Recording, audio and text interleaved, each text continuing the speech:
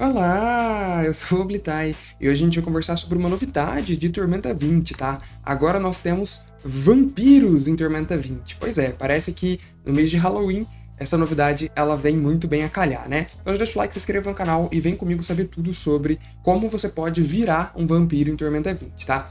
Esse conteúdo, galera, ele é oficial, tá? Ele saiu lá na revista Dragão Brasil número 220, que é a Dragão Brasil aí do mês de novembro, né? Do mês de outubro, perdão.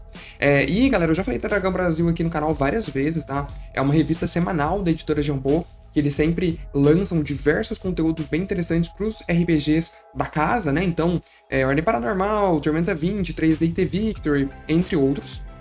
Conteúdo bem maneiro mesmo.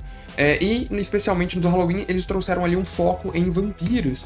Lá tem também one-shots, entre várias outras coisas. Como que acontece, tá, essa parada aqui dos vampiros? Na matéria do Dragão Brasil, obviamente eu não vou mostrar tudo aqui, eles trouxeram vários inimigos vampiros, bem interessante, tá? A matéria, ela diz pra gente aí que esse conteúdo, ele pode vir num futuro bestiário aí de Tormenta 20, então além do Ameaças de Arton, pode ser que no futuro nós tenhamos mais criaturas, isso é muito massa, e já tem várias criaturas de vampiros diferentes para você utilizar nas suas aventuras, o que é muito bom. Mas, além de tudo, né, a cereja do bolo é ele falando pra gente aí como a gente pode ser realmente um personagem vampiro dentro do jogo, tá? E é isso que eu vou me concentrar no episódio aqui em explicar pra vocês, beleza? Então vamos lá, é o seguinte, vem comigo. Olha só, ele fala aqui pra gente que os vampiros, eles são monstros e tudo mais, mas esses vampiros, às vezes, eles também podem se juntar a grupo de aventureiros aí e se aventurar por Arton. E ele vem como se fosse uma nova raça dentro do sistema de Tormenta 20, tá? O que é bem interessante. E a gente vai ver aqui. Ele fala pra gente que, olha, né, normalmente ou o vampiro já não se lembra mais da sua vida passada, né, ou como ele virou um vampiro, ou ele acaba virando vampiro lá no início. Mas ele fala pra gente que você pode, né, nesse quadrinho vermelho aqui, virar um vampiro se o seu personagem já existe. Então ele fala assim, olha, você só vai ter que fazer algumas adaptações na sua ficha, né? Se o seu personagem acaba se tornando um vampiro durante a aventura, basicamente você precisa trocar todas as características raciais do personagem, porque agora ele não vai mais pertencer àquela raça anterior, ele vai virar um vampiro, né, efetivamente, pelas características de vampiro. E aí, quais são as características de vampiro? A gente tem aqui, ó, Carisma 1 e mais 1 em 2 atributos, exceto Constituição, porque em Constituição você vai ter menos 1. Isso automaticamente já faz com que essa nova raça de vampiro não seja tão interessante para classes combatentes, né? Mas ainda dá para utilizar várias coisas legais aqui relacionadas a isso. E o duro é que tem Carisma 1, mas uma das penalidades do vampiro de fome é redução no carisma, né? O que é um problema, então fica ali. E depois ele fala pra gente, né, que você troca essas características e se o seu personagem não for humano, você vai escolher uma das habilidades da raça de origem para sua habilidade de resquícios de outra vida, a gente vai chegar lá para ver qual que é, e aí para cada patamar do personagem você pode substituir um dos seus poderes de classe por poderes da bênção vampírica. Então é isso, os vampiros eles têm uma lista ali, digamos assim, só deles com habilidades exclusivas de vampiros, né, vampíricas, o que é muito interessante, tá? Isso é muito legal. E aí, ele fala pra gente que ao substituir esses poderes, você precisa lembrar que tem pré-requisitos para os poderes do personagem, então basicamente você vai ter que repensar ali toda a sua ficha. Beleza, então além dessas características raciais aqui que você precisa trocar, além disso você tem a questão aí das bênçãos vampíricas, que é essa trilha, né, essa lista de poderes exclusivas, como se fosse uma classe, né, realmente, a classe vampire, e é bem legal esses poderes que tem aqui.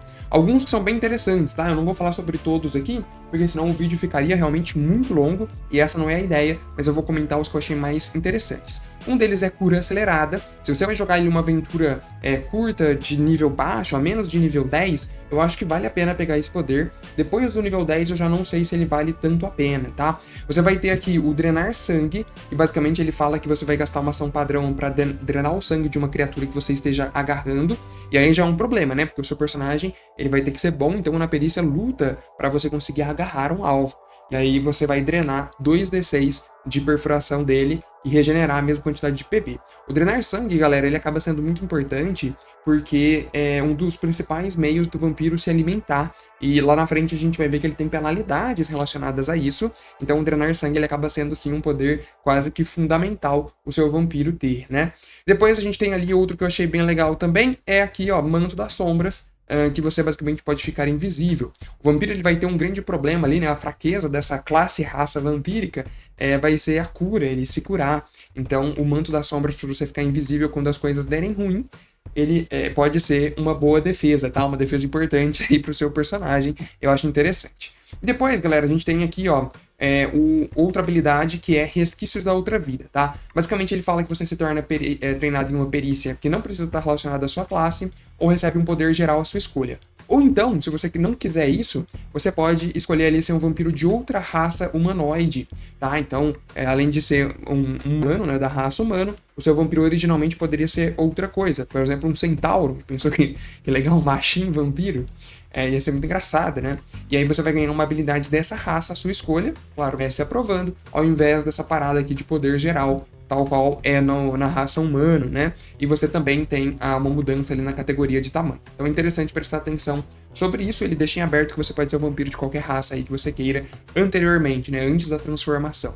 Depois a gente tem aqui a questão da natureza não viva. Ele fala que você é uma criatura do tipo morto-vivo. Isso é muito importante, né? Porque tem diversas habilidades que respaldam isso daqui. Você recebe visão no escuro, imunidade a efeitos de cansaço metabólicos de treva e veneno. Essa aqui é uma das melhores partes, né? De você se transformar em o seu personagem em um vampiro. São todas essas resistências aí, imunidades que você ganha.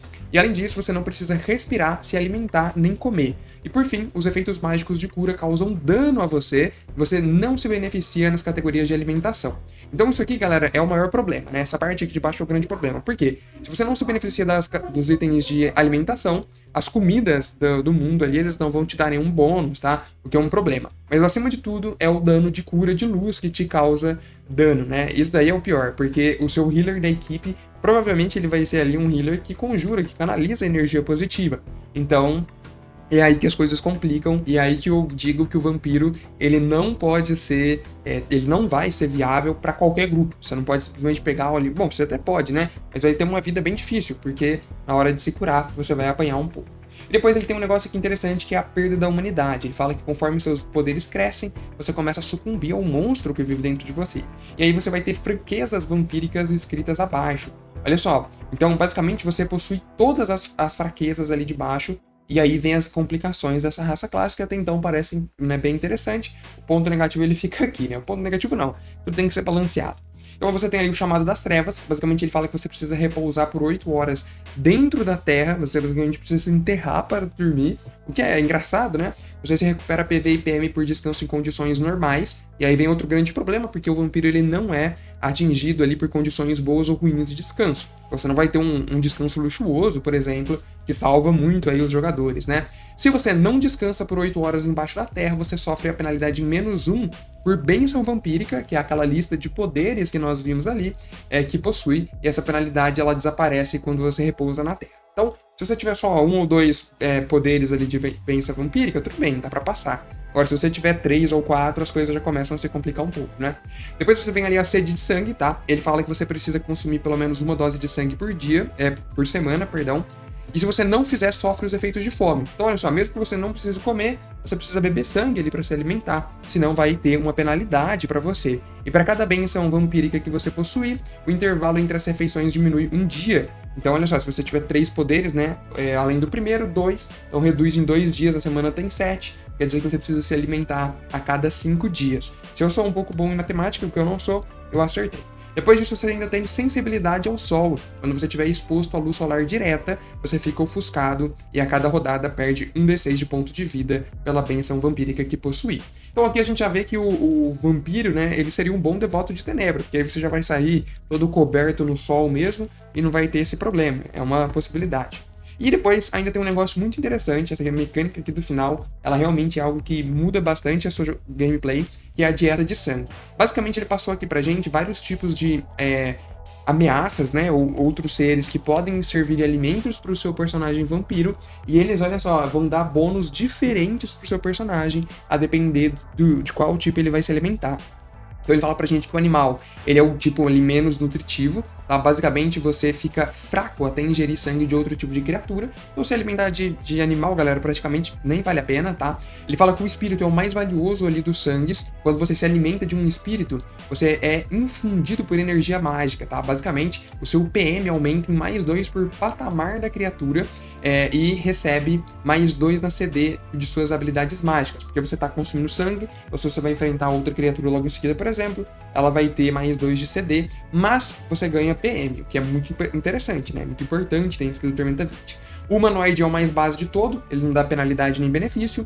O de monstro é um dos mais interessantes, mas ele tem esse problema aqui de mais 2 nas perícias baseada em carisma, o que pode ser um problema, já que dos benefícios aqui, né, dessa raça classe é ter carisma mais 1, e no caso você vai perder isso, você vai ter, uma penalidade, então tem que ver se compensa, né, se vale a pena, mas você recebe mais 1 de força, o que para as classes aí combatentes é algo bem interessante, tá? E ele fala também que os vampiros drenam sangue ali para transformar em outros vampiros, então você pode sim contaminar e vampirizar os seus colegas aí de equipe, por exemplo, ou outros NPCs. Você pode, para fazer isso, né, drenar sangue suficiente para matar a criatura, só drenando o sangue dela. E aí a vítima vai se levantar na próxima noite como um vampiro e precisa vencer um teste de vontade oposto ao vampiro que o transformou, né? Ou ele fica sob o controle do vampiro até que ele o liberte ou seja destruído.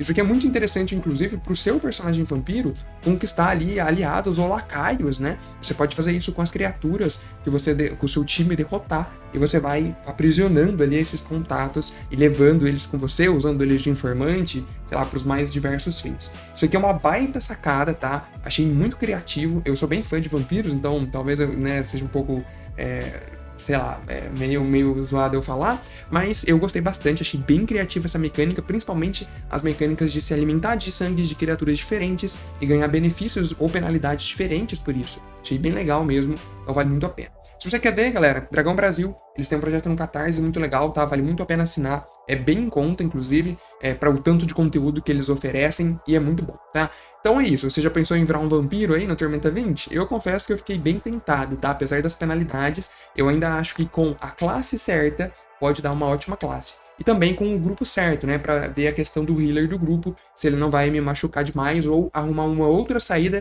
para você se curar sem precisar de healer, tá? Então é isso, deixa seu comentário aí sobre os vampiros, vocês gostaram, não gostaram? Quero muito saber, tá? Deixa o like, se inscreva no canal, um abraço e tchau, até a próxima.